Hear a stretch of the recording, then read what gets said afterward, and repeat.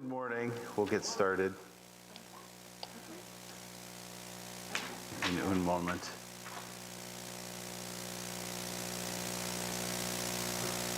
Well, I don't know about you all, but we got like 5 or 6 inches at our house. Maybe. We were, maybe. We were expecting a little more than that, but. You all? Did you say? Y'all? That's where I'd rather be right now, down south where it's warm.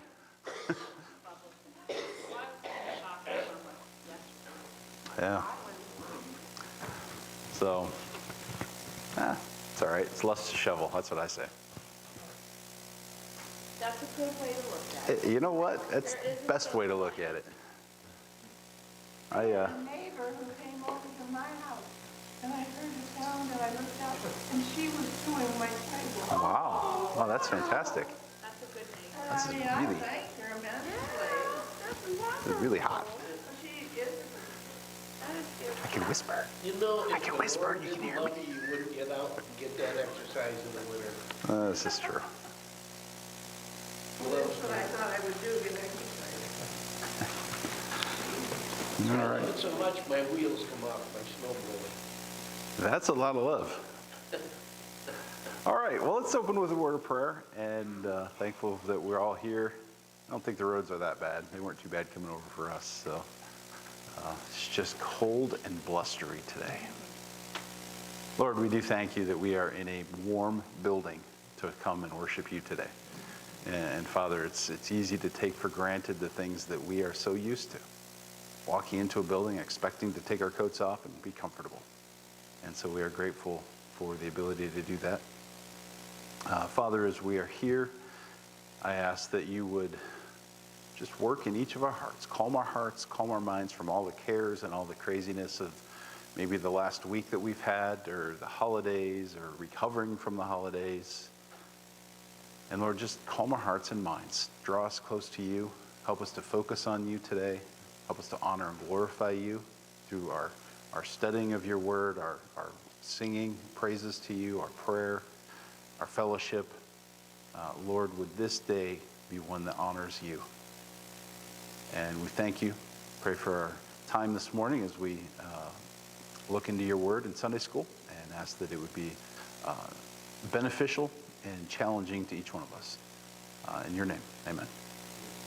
All right, we got those passed out. Did everybody get a note? Some notes?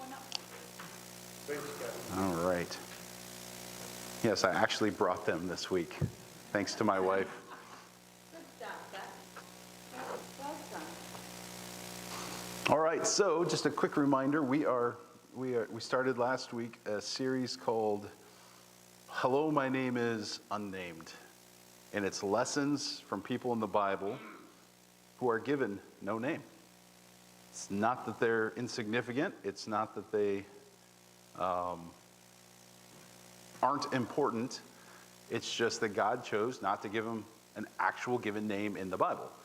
And we talked last week about the concept that we can learn from everybody in the Bible. We study the big names. We study the Daniels, the Nehemiahs, the Joshuas, the Jonahs, the people that have names. But we can learn a lot from people with no names. And so we looked last week at what? Without notes, do you remember? Good, the boy with his lunch. So this week we're going to switch over to the Old Testament, and we're going to be in Exodus, really mostly Exodus 1 and 2.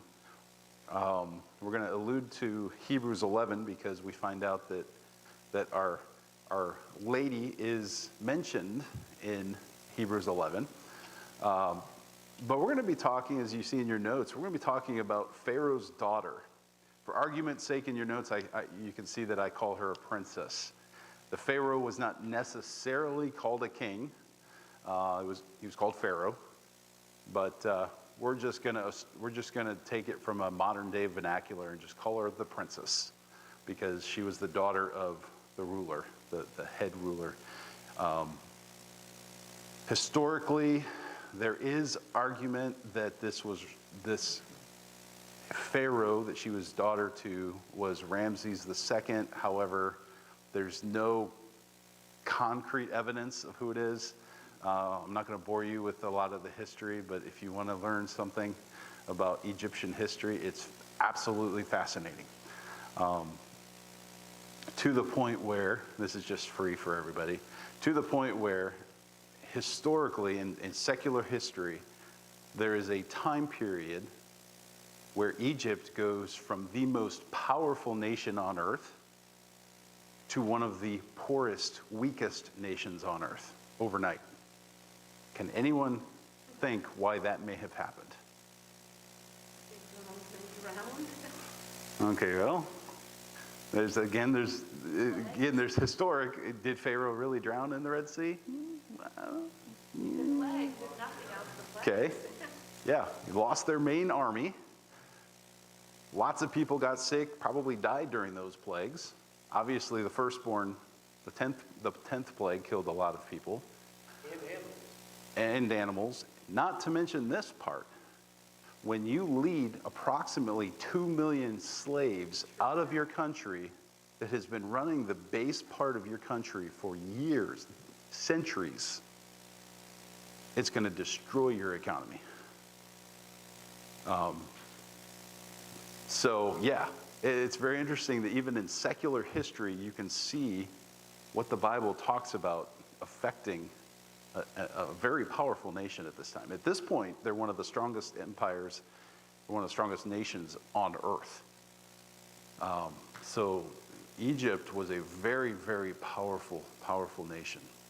All right, so let's just get some background before we jump in. Our main part that we're going to be looking at is in Exodus chapter 2, basically 1 through 10.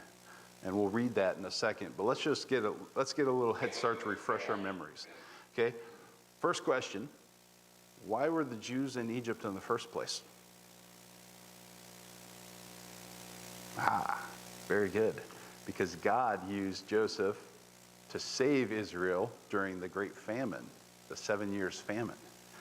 And Joseph brought his family to Egypt, and they lived there, and evidently they lasted there for a long, long time. Over the years, we see, like in chapter 1, verse 8 through 10, Pharaoh started to see Israel almost as a national security threat. Look at verses 8 through 10. It says, "Now there arose a new king over Israel who did not know Joseph." Okay, there's problem one. They didn't know the history. He said to his people, "Behold, the people of Israel are too many and too mighty for us. Come, let us deal shrewdly with them, lest they multiply. And if war breaks out, they join our enemies and fight against us and escape the land." So the Pharaoh was afraid of this group of people. Now, it may have been just simply the numbers, and obviously if they were laborers, the men would have been pretty strong, pretty well ready for war, I guess you could say. So there could be all kinds of reasons Pharaoh was afraid, but he acknowledged that he was severely concerned about this group of people who were growing and growing and growing within his nation. And he was concerned about their threat. And then we move on and we find out his attempts to limit their population growth.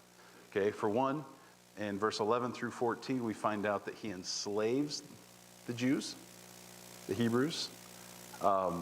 He enslaves them, and then at one point in verses 15 through 21, he actually goes as far as to try and manipulate the Hebrew midwives to kill any baby boys that they deliver. Just take them out and kill them. Obviously, the Hebrew midwives were like, no. And so that didn't work. Ultimately, he attempted to outright kill all male children, verse 22, and have them thrown into the Nile River. So he was very concerned. He went from being very concerned about this to being extremely aggressive and extremely deadly, I guess you could say, towards the Hebrews. And between the slavery and the murder, attempted murder of all of these males so that it could limit the population of Israel, this is the scenario that we step into when we're introduced to Pharaoh's daughter. I don't think, what's the Ten Commandments, the movie? You guys have seen that back in the, what was it, the 70s they made it, 80s? I don't even know when they made it. And I know there's a famous guy that was Moses. Charles Heston, there we go. Yeah, in that whole movie, I kind of laugh at, because that's a fun movie if you like making fun of movies, because there are so many camera errors in that movie. It's hilarious. Like, there's actually soldiers walking by, and they have modern day wristwatches on as they march past. So it's a hilarious movie to watch that way.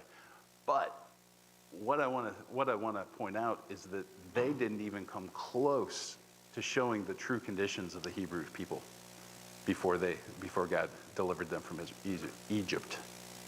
And it was a bad, bad time that Israel was having.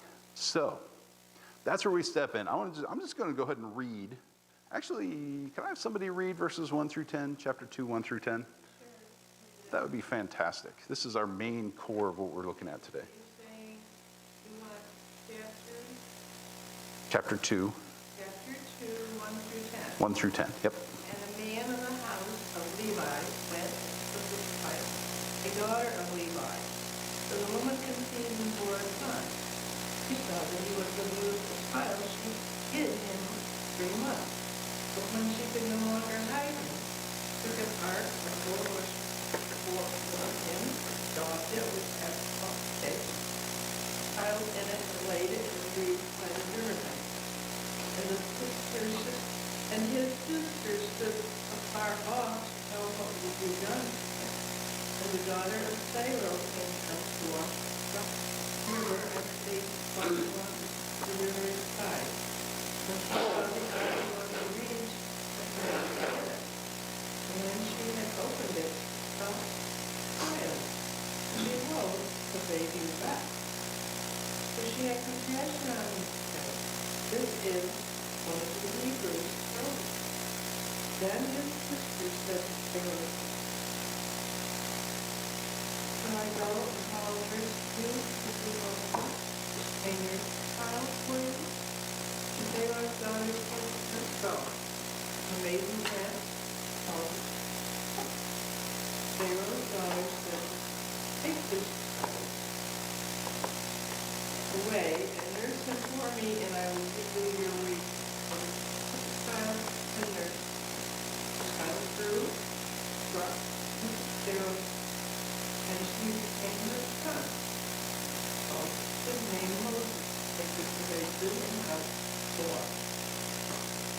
Okay, so this is an absolutely incredible account that we're all probably somewhat familiar with, if not completely familiar with. You've heard it many times. It's a great Sunday school lesson for little kids to teach them about Moses. But I want to point out a couple of things that are really neat. Obviously, when we look at these kind of situations in the Bible, we can look back and we can see God's hand completely working through the situation. Because what should that queen have done? Just throw it in the water. Just get rid of it. Right. Okay? So God protected Moses through this whole thing. But there's more to this. We're going to look at some of this as we go. Before we jump into your notes, I want to just point out a couple of things that were not about the queen that are just really fascinating to me. One is the fact that Moses' sister was hiding, watching the basket. Okay? And somehow, I say that, but obviously God's in control of this whole situation, but somehow she was close enough to the princess of Egypt, the Pharaoh's daughter. She was close enough to her to see what was going on and see this exchange. Not only that, but do you realize how bold she was? Do you ever stop and think about how bold, what was her name, Miriam, right? How bold she was by literally exposing herself from her hiding place while she was spying on the princess and walking out and offering her services to this lady. She was bold. And obviously God worked through the whole situation because the queen's like, oh yeah, that's a good idea. How about if you go get somebody? Well, of course, who's Miriam going to go get? Mama. And the other thing that I really love about this story, and again, it's just God's provision. Okay, this horrible time that the Hebrews are going through. They're enslaved, they're being oppressed, they're being murdered. And the princess of Egypt says to Moses' mom, take care of this baby for me. Oh, and by the way, I'm going to provide for you. Did you catch that? Did you catch that? Verse 9. Pharaoh's daughter said to her, take this child away and nurse him for me, and I will give you your wages. So Moses' family went from living in absolute fear for 3 months, hiding Moses, to putting him in this basket, hoping that God would protect him, to literally being fully connected with Pharaoh's family and having their family back together for a while and financially being taken care of. If that's not God's provision, I don't know what is. Is there any relationship? As she did the basket with tar and pitch, it reminds me of the ark. They made it watertight. There is a bit of a connection to that. Yeah, just kind of a neat connection there between God protecting mankind in the ark and doing the same thing with Moses. Yeah, that's a cool connection. All right, so let's focus a little bit on the princess because she's the main person that we're looking at today. What do we know about her from this account, from the Bible? We know that she was the daughter of one of the most powerful men on earth, of course, the Pharaoh. We know that for whatever reason, she spared Moses' life. She was probably a cute little baby who was crying. Exactly, that's my thinking. It's like part of it was like, mama just came out, you know? Oh, this poor little thing. We'll get to that. We'll come back to that in a second. We also know that she had great influence in the kingdom because she was able to disobey Pharaoh's command by saving Moses' life. Eventually he had to find out because he came back and lived with him. Yeah, that was one of my things, is like, how long did it take for her to say, oh, by the way, Dad, I've got this child. Hi, I just saw who walked in. Welcome. I should say, not welcome, you've been here longer than I have this week.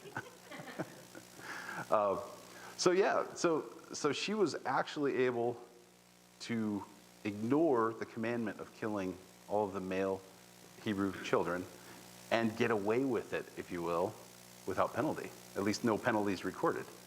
What we don't know is how old she is. Exactly. And, if she was older, she was probably married.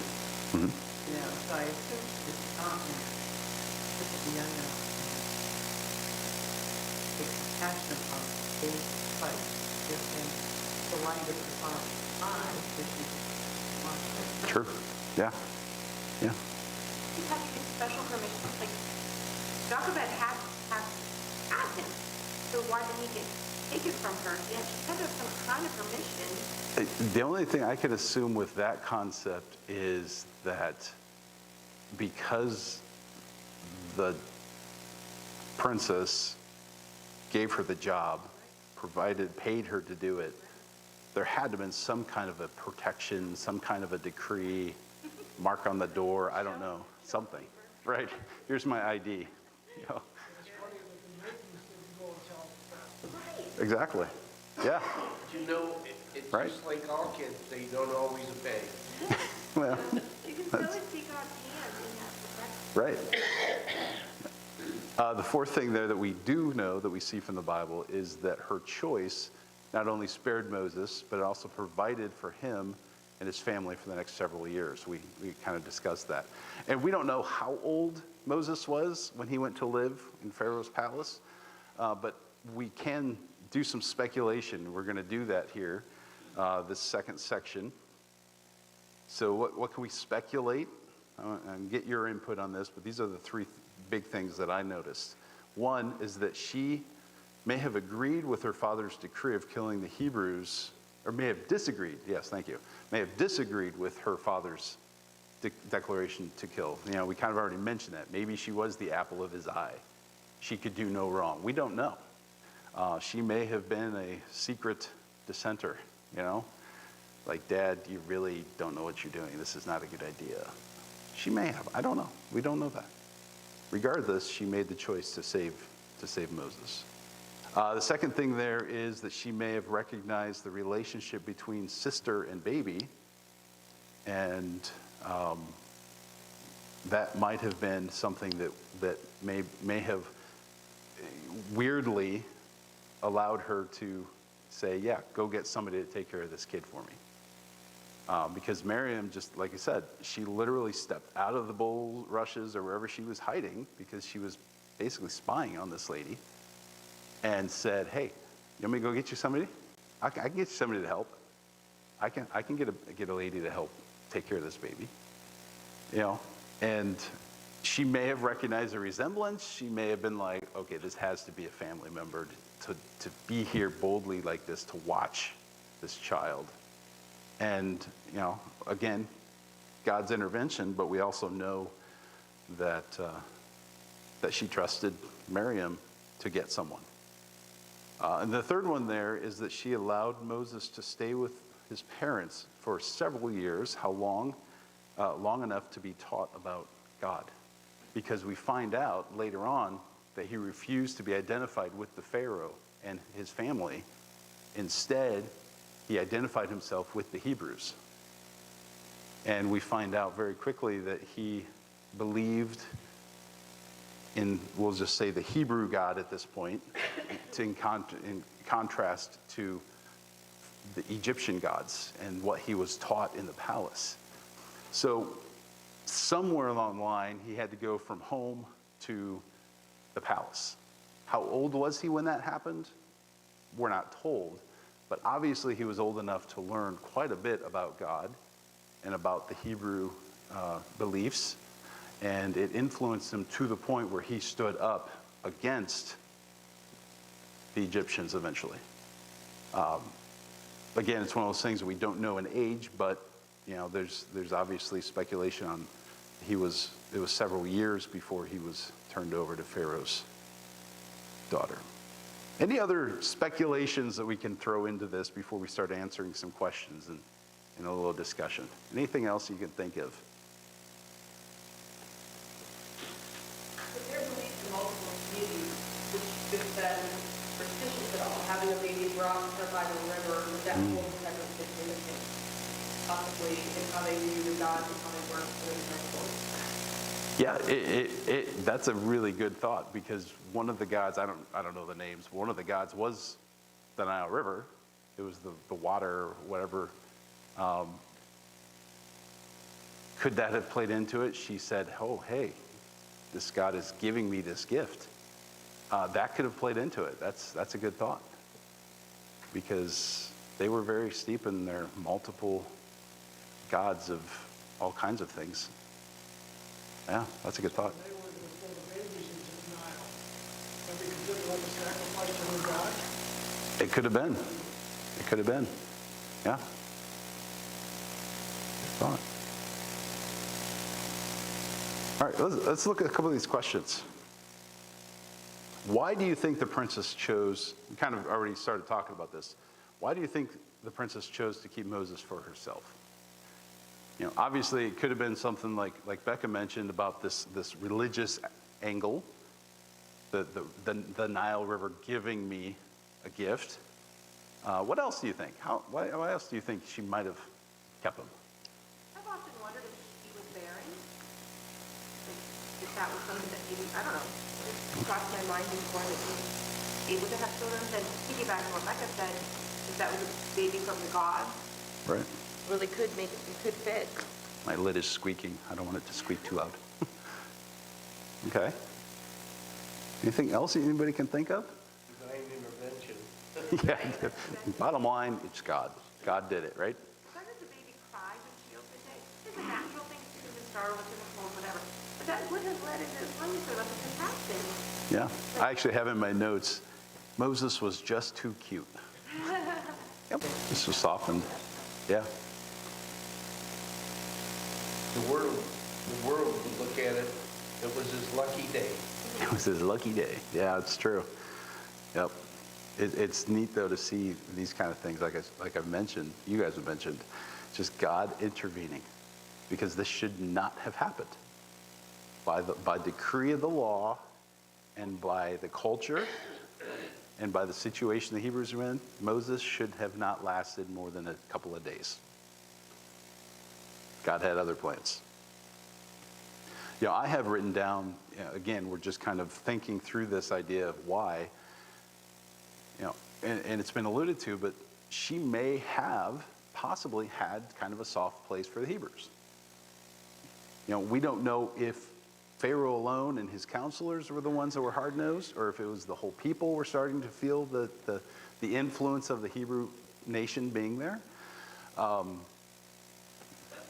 Again, she did, because God put it in her heart to do that. What do you think the princesses, that's a hard one to say, princesses' hopes were for Moses? She chose to keep him. She knew she was sending him home for a while before she got him back. What do you think her hopes were for Moses? Well, her father was raising him for great things in his realm. Okay. We kind of get the impression later on that there was some grooming going on there. Did Moses already have a son? Or not Moses, sorry, Pharaoh. Getting my people mixed up. Did Pharaoh already have a son? Was that a son or a daughter? Right, I'm just... Oh. Yeah, but Moses wasn't here to bring the plagues yet. Right. So what I'm saying is that, some people I've heard speculate that she was hoping that he would be the next Pharaoh.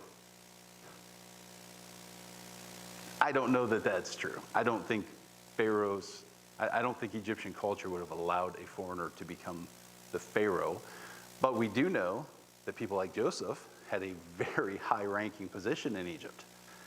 And my thinking is that she looked at this Hebrew boy, hey, we can influence this boy, and he can become someone in Egypt. He can become an influence in Egypt. And again, we can go back to, was she sympathetic to the Jews, and she was hoping maybe that he could help with that? I think that's pushing it a little too far.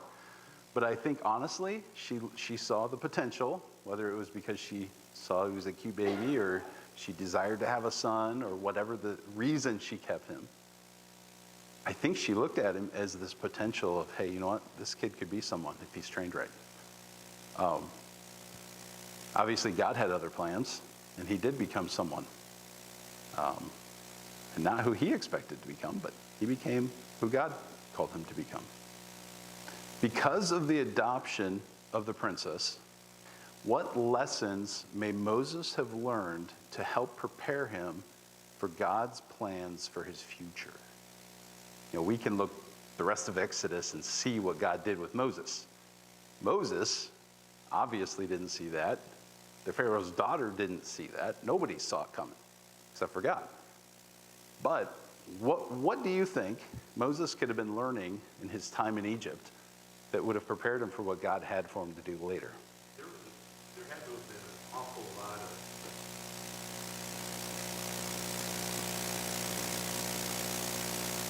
you're only going to have certain people privy to certain information. I mean, if they're the most powerful, at the time, how do we get there? What's the underpinning that he had to have had a little bit of knowledge that the average, like these Right. are the ones that, he's taking up. Yeah. Going on that, he obviously was educated. He was educated. But he also said. That's the word I could. Yeah. Connection. Yeah. Right. Yeah, because if you think fast forward 80 years or so, a little over 80 years probably, when he returns to Egypt as an old man, I guess you could say, does the Bible say that he had to wait a long time because the Pharaoh just ignored him because they didn't know who he was? No, he went right to work. And I think you're right. I think it's because he had access. He knew people. He had connections there. Yeah. And Moses also learned that God can work in the hearts of people that don't know God. Yeah, it's true. It's true. You often wonder, how old was he when his mom looked at him one day and said, "Do you realize that you're a miracle, being alive right now?" Because let's say, I'm just going to throw a number out for argument's sake. Let's say he went to the palace at 7 years old. Okay, at 6 years old, mom looks at him and says, "Do you realize you're the only living 6-year-old boy in the Hebrew nation right now?" You ever stop and think about that? He may have been. Now, there may have been others that were hidden, but largely, Moses may have been the only 5-year-old, 6-year-old male child at his time. How long did this decree go out here? I do not know that. I don't even think I don't think Scripture says how long this went about. Right? Yeah. So you've got his Hebrew training, his true biblical training, if you will, from his parents. He goes in. We talked about education for the Egyptians, the access, the connection that he had. What about this one? This is one that's kind of unique. Do you think learning how to handle himself and conduct himself in the court of royalty helped him at all? I was going to say, he's legal larson. And True. so he was under Pharaoh, watching Pharaoh lead his people. Yeah. And then would go on from the leader of his own. That's one I didn't think through. Yeah. He was literally getting an example of how to lead the nation firsthand. It's pretty hard to leave a That's cool. life of luxury to go on where he did. Right? I often wonder too, again, we're speculating, we're kind of going away from Pharaoh's daughter, but this whole thing of what Moses was taught because of what she did. Obviously we know the story. He ended up killing that Egyptian, fleeing Egypt, going to, what does the Bible call it, the backside of the desert? I mean, that's got to be rough. Let me tell you, the desert's bad enough. But going out there for years and years and years, as a result of these connections that he had, he ended up being trained by more than just mom and dad, being trained more than just by the Egyptian leadership and royal family. He was trained by shepherds. He was trained by 2 different aspects of leadership. And it's incredible that one lady making one choice affected not just one young boy, but obviously she influenced and changed the direction of God's people. And again, recognizing that God's hand is over the entire story, the entire history of Egypt, but just seeing God use that one lady, Moses learning all these different lessons, and then God using those lessons later on. There's a lot of fun stuff we could look at. This is the lessons that we can learn. This is one that I have seen over and over in my life, and I'm guessing a lot of us have seen this lesson, that God can use unexpected circumstances and people to accomplish his plan in our life. You know, for many, many years, I wondered why, I knew God wanted me in ministry of some kind, and I often wondered why he had me do the major in college that he had me do. And it was called a church ministries major.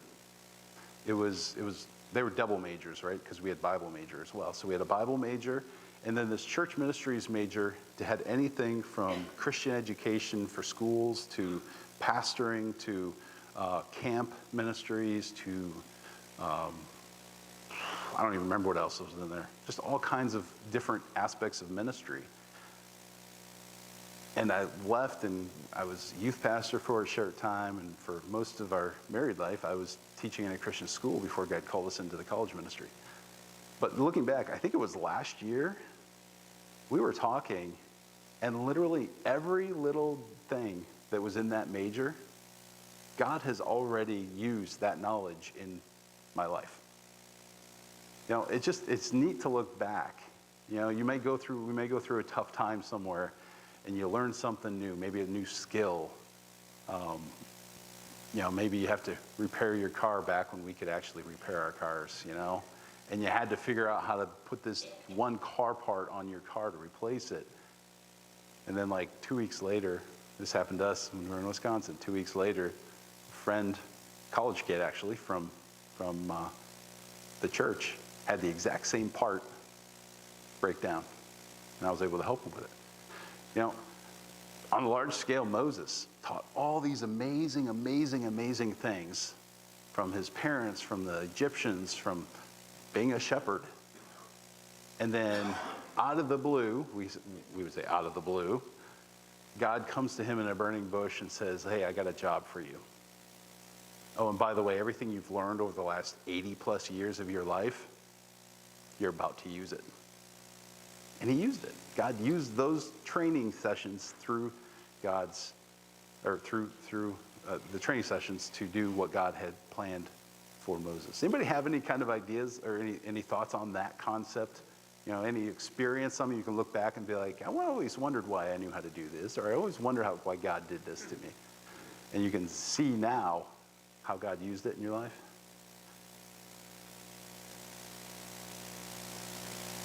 In college, I was asked to be in charge of a girls' group, and after that point, I had only done little children, and I was scared to death to do anybody that was a peer or at that time would have been college-age girls.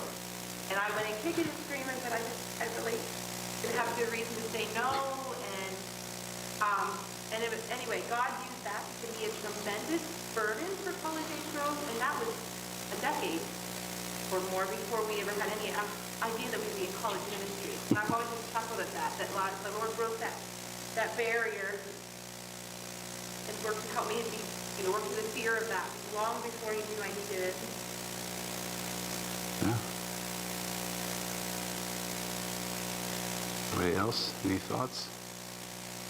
I often wonder, there's certain people, as you hear the news and stuff, I have dislike for them.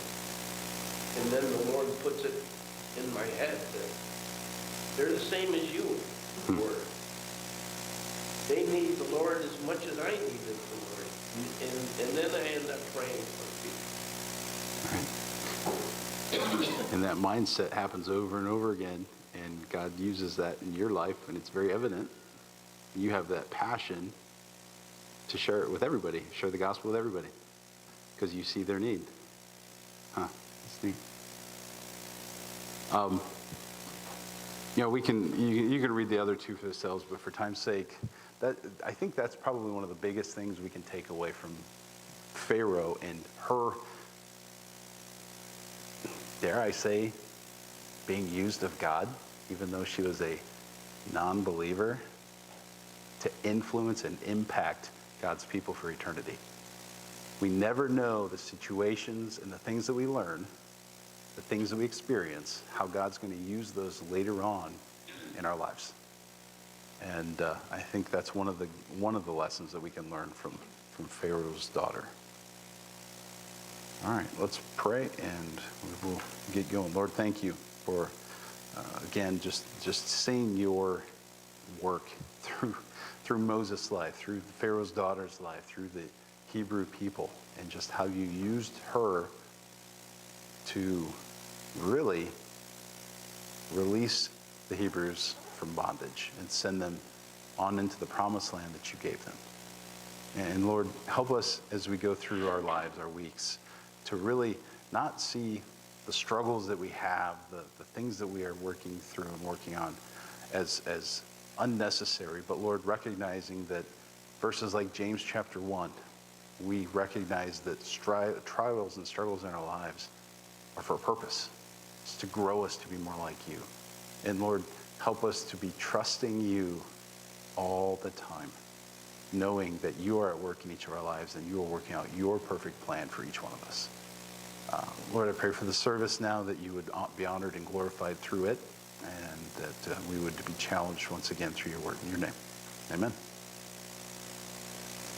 Greg brought up